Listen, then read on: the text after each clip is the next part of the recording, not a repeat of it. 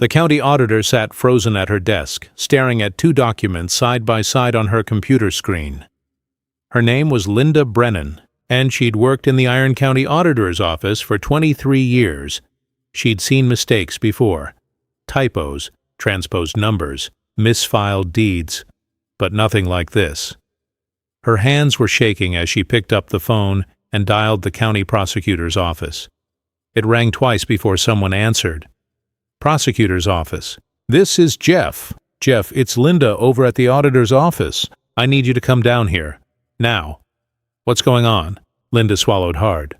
I think we just sold someone's farm for taxes they never owed. There was a pause. What do you mean, never owed? I mean, the parcel number was wrong. It's been wrong since 1978. And 3 weeks ago, we auctioned off 62 acres based on a 46-year-old clerical error. Jesus Christ. It gets worse, Linda said quietly. The man who owned it? He's been paying taxes on a different parcel for nearly 50 years. A parcel that doesn't even exist. Another pause. Who bought the farm? Linda looked at the screen. First Light Bank. And the owner? Linda's voice cracked. A 74-year-old man named Carl Hudson. He has no idea he just lost everything. Carl Hudson had lived on the same piece of land his entire life. 62 acres in southern Iron County, Ohio. Rolling fields, a line of oak trees along the creek, a white farmhouse his grandfather built in 1953. Carl wasn't a wealthy man. He'd worked as a rural mail carrier for 38 years before retiring in 2012. His wife, Janet, had passed away in 2019. Now he lived alone, kept a small garden, and spent most of his time fixing things that didn't really need fixing. It was quiet. It was simple. And it was home. The notice on. A Thursday in late March 2024, Carl drove into town to pick up groceries. When he got back, there was a letter taped to his front door. It was from the Iron County Sheriff's Office. Carl's stomach tightened as he pulled it down and opened it. Notice of tax foreclosure sale property located at Moat 1480 Township Road, 9 Iron County, Ohio parcel. Churres 45078200 sale date, March 18, 2024 winning bid, First Light Bank, 37,500. You have 30 days to vacate the premises. Carl read it 3 times. His vision blurred. His chest felt tight. Tax foreclosure. He'd paid his taxes every year, every single year. He walked inside, went straight to his filing cabinet, and pulled out a thick folder labeled Property Taxes. Inside were decades of receipts, every year, paid in full. He grabbed the most recent receipt, checks from December 2023, and stared at it. Parcel, none off 45 MND, Ode1728, Conseil do sur amount. Paid, $118.47 status. Paid in full. Carl's heart was pounding now. He looked back at the sheriff's notice. Parcel 30 das Geister e des Bras. 45 10 des 782 SOD com. Numbers were different. The auditor's office. The next morning, Carl drove to the county auditor's office in the courthouse. He was still wearing his work jacket and muddy boots. He walked up to the front desk, holding the notice and his tax receipt. I need to talk to someone about my property taxes. The clerk, a young woman named Amy, looked up. Sure, what's the issue? Carl slid both documents across the counter. I got a notice saying my farm was sold for unpaid taxes, but I've been paying my taxes every year. Amy looked at the papers, her brow furrowed. Let me pull up your account. She typed the parcel number from the notice into the system. 45078200. The screen loaded. Okay.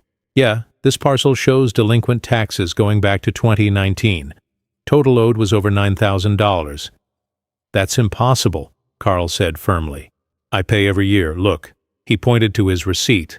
Amy looked at it. Then she typed in the second parcel. Number 4507288000. Another screen loaded. She went quiet. Sir, this parcel shows paid in full. But what? This parcel doesn't have a property address attached to it. Carl felt his stomach drop. What does that mean? I don't know. Let me get my supervisor. Meeting Linda Brennan minutes later, Carl was sitting in a small office across from Linda Brennan. She had both parcel records open on her screen. Her face was pale.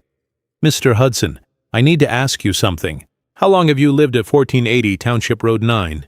"My whole life. I was born in that house." "And how long have you been paying taxes on parcel 45 euro 728? Carl thought back. "Since my father passed in 1978? That's when the property transferred to me." Linda closed her eyes. "Mr. Hudson, I think there was a recording error when your father's estate was settled." "What kind of error?" She turned the screen toward him. "Your property, the actual 62 acres at 1480 Township Road 9, is listed under parcel 45 82. But when the deed transferred to you in 1978, someone in this office wrote down the wrong parcel number on your tax bill. So I've been paying taxes on the wrong property?" "Yes." "For 46 years?" "Yes." Carl sat back in his chair, staring at the ceiling. "And nobody noticed?" "Not until now." "So what happens to my farm?" Linda's voice was barely a whisper. "It was sold 3 weeks ago, to First Light Bank." Carl left the auditor's office in a daze. He sat in his truck in the courthouse parking lot for 20 minutes, staring at nothing. Then he pulled out his phone and called the only lawyer he knew, Ethan Voss. Ethan Voss. Voss was a solo practitioner in his mid-40s who handled everything from wills to workers' comp. He wasn't flashy. He didn't advertise. But he was honest, hard-working, and he knew Iron County inside and out. When Carl called and explained what happened, Ethan told him to come to his office immediately. The meeting Carl sat across from Ethan in a cramped office above a hardware store. Ethan listened to the whole story without interrupting. Then, he leaned back in his chair and exhaled slowly. "Carl, this is bad. But it's not hopeless. They sold my farm. They sold it based on incorrect information. That's a voidable sale. What does that mean? It means if we can prove the county made a mistake and that you've been paying taxes in good faith all along, we can ask a court to reverse the sale." Carl's eyes widened. "You think that'll work?" "I don't know. But it's worth fighting for." Building the case over the next 2 weeks, Ethan worked around the clock. He requested all property records for both parcels dating back to 1978, Carl's complete tax payment, history, the original deed, transfer from Carl's father, the auditors, internal records showing how the error occurred. What he found was damning. The error in 1978. When Carl's father, Robert Hudson, passed away, the property transferred to Carl through probate. The deed was filed correctly with the county recorder. But when the auditor's office updated their tax rolls, a clerk transposed 2 digits in the parcel number. Instead of 45078200, they wrote 45072800, that second parcel. It was a small, landlocked strip of land with no buildings and no value. It had been created decades earlier during a boundary survey and never developed. For 46 years, Carl had been paying taxes on a piece of land that was essentially worthless. Meanwhile, his actual farm, the one he lived on, went untaxed. And when the county finally caught the delinquency, they sold it. The county's defense Ethan filed an emergency motion to void the tax sale and restore Carl's ownership. The county's response was swift and harsh. Their attorney Greg Mansfield argued Carl had a responsibility to verify his tax records. The error had existed for decades, and Carl never noticed. The sale was conducted legally, and the bank bought the property in good faith, reversing. The sale would create chaos and set a bad precedent. At the end of his brief, Mansfield wrote, "The taxpayer's ignorance does not constitute grounds to void a lawful sale." Ethan was furious. The case went to Iron County Common Pleas Court. Judge Elena Vargas presided. She was in her early 50s, sharp and known for being fair but tough. The courtroom was packed. Local reporters had picked up the story. "Elderly man loses farm due to 46-year-old mistake" was the headline. In the Iron County Gazette, Carl sat beside Ethan at the plaintiff's table, across. The aisle sat Greg Mansfield and 2 representatives from First Light. Bank Judge Vargas entered. "Be seated. We're here on the matter of Hudson versus Iron County Auditor regarding a motion to avoid a tax foreclosure sale. Mr. Voss, you may begin." Opening argument. Ethan stood. "Your Honor, This case is about a man who did everything right and lost everything because of someone else's mistake. He walked to the center of the room. Carl Hudson has lived on the same 62 acres his entire life. He's paid his property taxes every single year. He has the receipts to prove it. He held up a thick binder. But in 1978, a clerk in the auditor's office made a mistake. They wrote down the wrong parcel number. And for 46 years, my client paid taxes on a piece of land he didn't even know existed. Meanwhile, his actual farm went untaxed. Not because he was negligent, not because he was trying to avoid payment, but because the county told him the wrong parcel number. Ethan's voice grew firm. The county created this error. The county maintained this error. And when the county discovered this error, they didn't fix it. They sold his farm. That's not justice, Your Honor. That's a failure of government. The county's argument, Greg Mansfield stood. Your Honor, while Mr. Hudson's situation is unfortunate, the law is clear. Property owners have a duty to ensure their tax information is correct. Mr. Hudson received tax bills for 46 years. He never once questioned why the parcel number didn't match his address. Furthermore, the sale was conducted in accordance with Ohio Revised Code. The bank purchased the property legally. To void that sale now would punish an innocent third party. He sat down. Judge Vargas looked at Ethan. Response? Ethan's counter. Ethan stood slowly. Your Honor, Mr. Mansfield says my client should have noticed the error. But how? The tax bill came to his address. It listed his name. It showed the correct amount of acreage. The only thing wrong was a parcel number buried in fine print. My client isn't a lawyer. He's not a surveyor. He's a retired mail carrier who trusted his county government to do its job. He pulled out a document. And here's the thing. The county knew something was wrong. He handed copies to the judge and opposing counsel. In 2003, the auditor's office conducted a county-wide parcel review. They flagged parcel 45000728 as unimproved land with no structures. But they never cross-referenced it with Mr. Hudson's address. They never contacted him. They just left the error in place. The courtroom murmured. Mansfield stood quickly. That document is public record, Ethan interrupted. Obtained through a records request. Judge Vargas held up a hand. I'll take a short recess. When court resumed, Ethan called his first witness, Linda Brennan. Austin. County Auditor Linda's testimony. Linda took the stand. Clearly uncomfortable, Ethan approached gently. Ms. Brennan, in your professional opinion, how did this error occur? A clerical mistake during the 1978 deed transfer. And how long did it go undetected? 46 years. In your 23 years with the auditor's office, have you ever seen an error of this magnitude? No. If Mr. Hudson had come to your office in 1979 and asked to verify his parcel information, would your office have caught the mistake? Linda hesitated. Possibly, but only if we manually cross-check the deed against the tax roll. Is that standard practice? No. So a reasonable taxpayer, relying on the bill sent by your office, would have no reason to think anything was wrong? Correct. Ethan nodded. No further questions. Mansfield's cross. Greg Mansfield stood. Ms. Brennan, does the tax bill include the parcel number? Yes.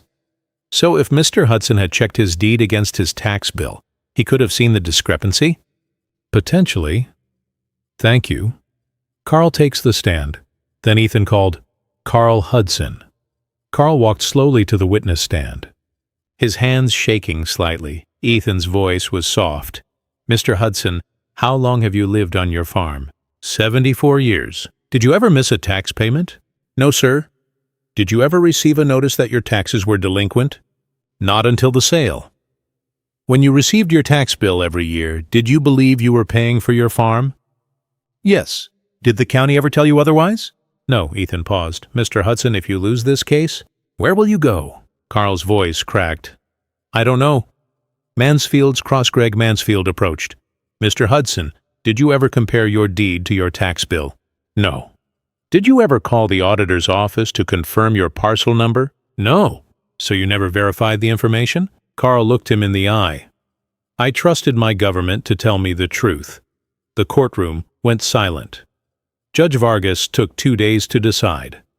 When the hearing resumed, the courtroom was packed again. Carl sat beside Ethan, hands folded. Judge Vargas entered. I've reviewed all the evidence and arguments in this case, and I'm going to be blunt. This is one of the worst administrative failures I've ever seen." She looked directly at the county's table. "A 46-year clerical error is not a minor mistake. It's a systemic failure, and to penalize Mr. Hudson for that failure is unconscionable." She turned to her notes.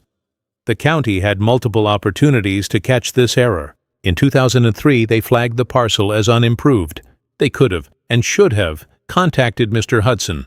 They didn't. Instead, they allowed the error to compound for 2 more decades, and then sold his home out from under him. She looked at Carl. Mr. Hudson acted in good faith. He paid what he was told to pay. He did nothing wrong. Then she looked at the bank's attorneys. First Light Bank purchased the property legally, but they purchased it based on incorrect information provided by the county. Therefore, I am voiding the tax sale. The property is restored to Carl Hudson. The courtroom erupted. Carl's eyes filled with tears. Judge Vargas banged her gavel. "Furthermore, I'm ordering the county to reimburse Mr. Hudson for all legal fees and to issue a formal apology." This court is adjourned. Going home 3 weeks later, Carl stood on his front porch, looking out over his fields. The oak trees were budding, the creek was running clear. Everything looked the same, but it felt different. He'd almost lost it. And now, he'd never take it for granted again. Epilogue. The county launched an internal audit. They found 14 other properties with similar errors. All were corrected. Linda Brennan personally called each property owner to apologize. Carl Hudson lived on his farm for 5 more years before passing peacefully in his sleep in 2029. He left the land to his daughter, and on his headstone, she had these words carved: "He fought for home and won." Carl Hudson never wanted to be in court. He just wanted to live quietly on the land his grandfather built. But when the system failed him, he didn't give up. He fought back. Not with anger, not with violence, but with receipts, records, and the truth. And in the end, the truth was enough. Because sometimes, justice isn't about who has the most money. It's about who has the most proof, and the patience to see it through.